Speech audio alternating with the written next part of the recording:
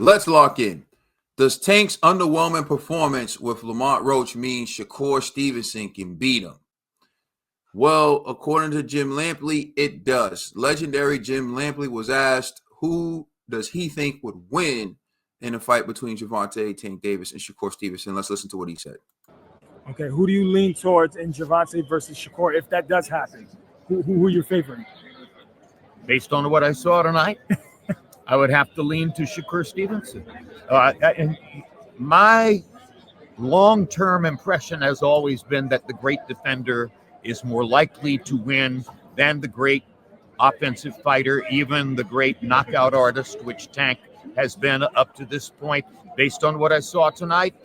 And it's great for the sport, really.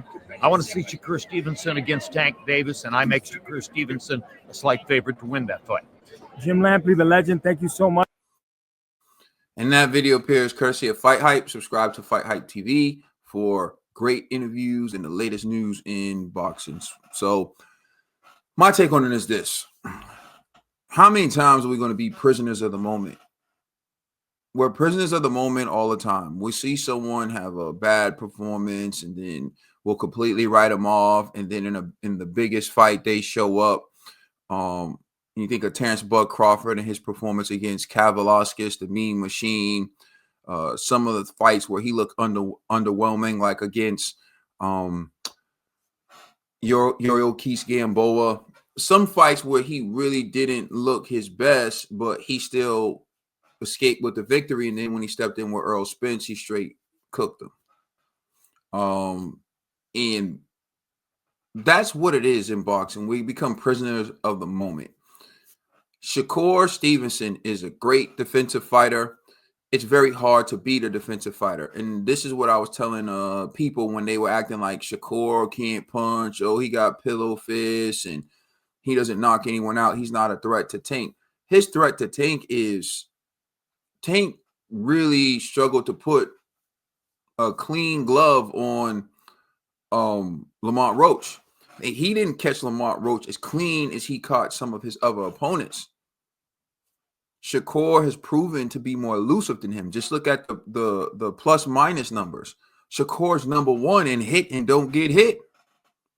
So, but Tank was also number 8 on that list.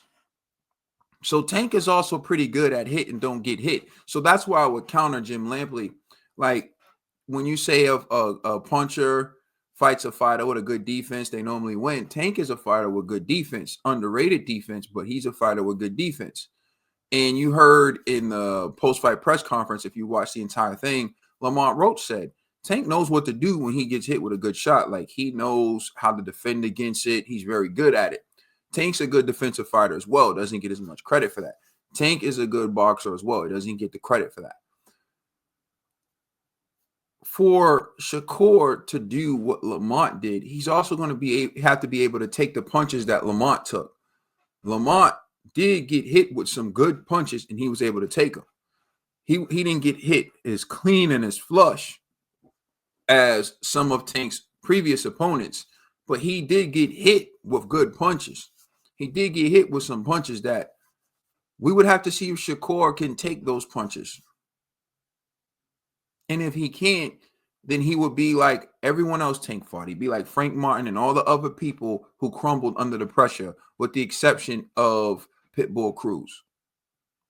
We can't just write Tank off because of the fight he had against Lamont Roach. Lamont Roach is a good fighter, underrated fighter. I told y'all that. He's been around the amateur circuit, champion at 130. People in boxing circles who step in the ring and actually sparred with the man, they co-signed him. So I knew he can fight. I watched some of his old fights. I watched him training, and you just look at his technique, his skill, and what he does. He's a good fighter. He gave Tank a tough night. There could have been other reasons for Tank having a tough night, and we're going to talk about that in the next video. Tank seems to be full of Tank, and he seemed to be full of Tank recently, and maybe he needed this to bring him back down to earth, to humble him a little bit. But to just flat out say now that Tank had a draw, and I'm putting the draw in air quotes because the knockdown didn't count. But now that Tank had a draw with Lamont Roach to automatically favor Shakur, you can't do it that way either. Like I said, I'm not on no fanboy-ish. That's not what I am. I'm not on this, I'm on that. I'm on the side of boxing. And styles make fights. And we've seen in cross fights before how these things work out. It doesn't always work out that this guy beat this guy, so this guy could beat this guy. No, it doesn't matter. Sometimes your style's better suited to beat one fighter, but then lose to another fighter. Right? I think in the heavyweight division recently, Joe Joyce beat Joseph Parker. Jang beat Joe Joyce, and then Joseph Parker beat Jang. There are scenarios like that all across boxing. You can pull out that scenario all across boxing. That's just how it works. And you can pull out that scenario in just about every division. So you can't use the cross references like that. You must have the fight. That is why we have the fights, because you just never know. But we want to see it. And the reason why we want to see it is because Tank is a good boxer puncher and Shakur is the best plus minus in the game, the hardest to hit when he decides he's not going to let you put a glove on him. And Shakur is very athletic, fast, and skill set off the charts. It's the fight we want to see, but you can't just automatically write off Tank because of his performance against Lamont Roach. That's all I'm saying. We see it too much in the sport of boxing. And even if Tank would have lost the fight, like most people believe he should have, you still can't write him off. Look at Gary Antoine Russell and what he did on the undercard against Rayo Valenzuela after he lost.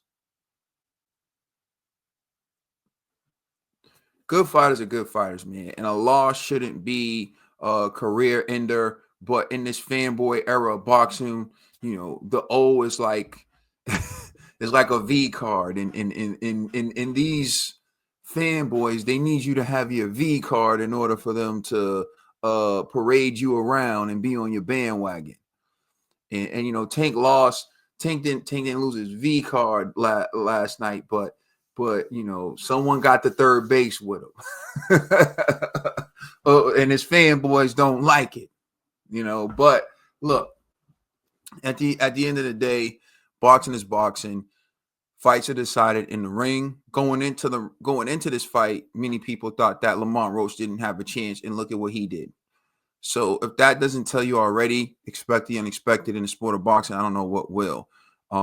Did Tank look great against Lamont Roach? Absolutely not. Did he look horrible? Absolutely not. Did he show some vulnerabilities that a fighter like Shakur Stevenson has the skill set to exploit? Absolutely. But then again, what is there for Shakur Stevenson that Tank will be able to exploit? We won't know until we see the fight. Let me know what you think in the comment section. I appreciate all the comments. I try to get to the comments when I can. If I don't get the opportunity to respond, it doesn't mean I don't see it. I see it in between certain things, in between meetings, sessions, this and that. I appreciate every single comment. I appreciate the community. Hit the like button. The like button helps circulate the video to more people. That helps grow the channel. It helps get the video in the algorithm so that YouTube can show it to other people. And if you can't catch the videos, but you want to listen to the content, it's available on the podcast is available on all major streaming services. Thank you for your support. I appreciate you rocking with me. It's Caden. I'm out. Peace.